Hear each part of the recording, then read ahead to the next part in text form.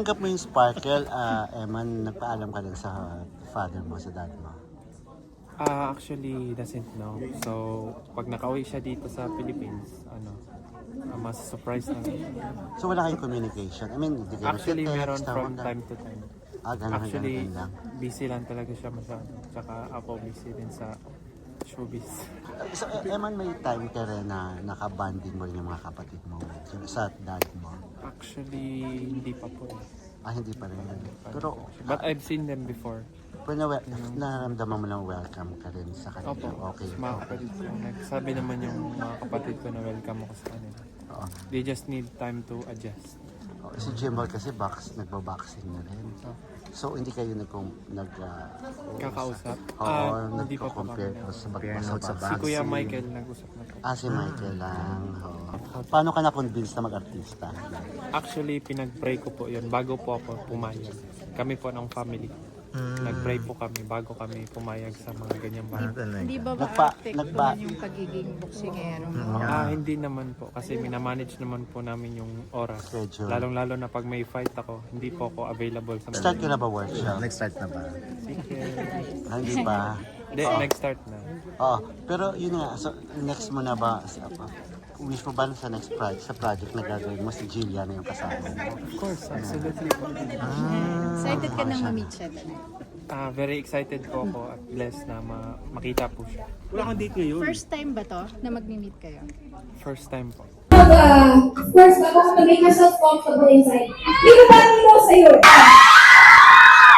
Sino kaya yan? Let's have him join us on stage. Sobrang excited niyang manood nito.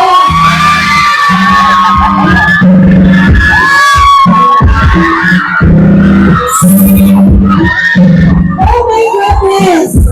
We got Eman! Si Yusun Eman ngayon, nagkita na kayo. Hindi ko ina-expect kasi pagpunta. Ano Eman? Ako, di ko na-expect di ko alam anong tawang word pero ako, starstruck ako sa kanya. Finally, na-meet mo yung crush mo. Anong masasabi mo? Ano, yan na yung crush mo sa tabi mo. Thank you! Thank you! Ikaw sa 24 na kayo muna.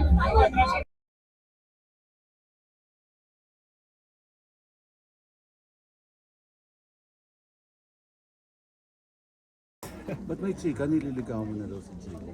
Ang bilis naman ng kwento. Oo, may ganong chika na. Ay, Agad-agad. Nililigaw mo na siya.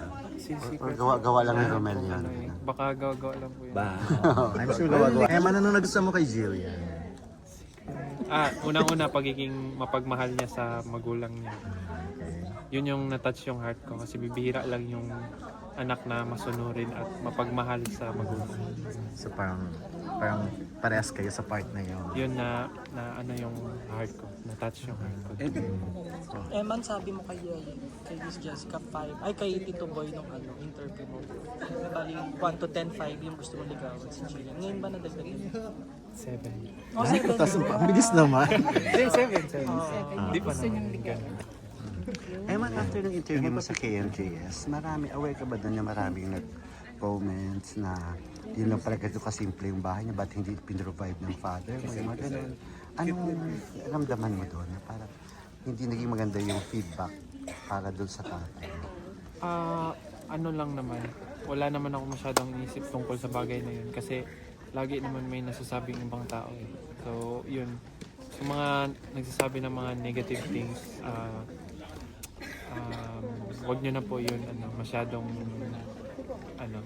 kaalaman kasi about me and my dad, okay naman po kami. Sinasanay mo na sarili mo sa mga issue, mga intriga, ganyan, mga bashing. Kasi kahit anong explain mo sa mga tao, meron iba na against doon eh. Oo. May iba silang mundo. Kahit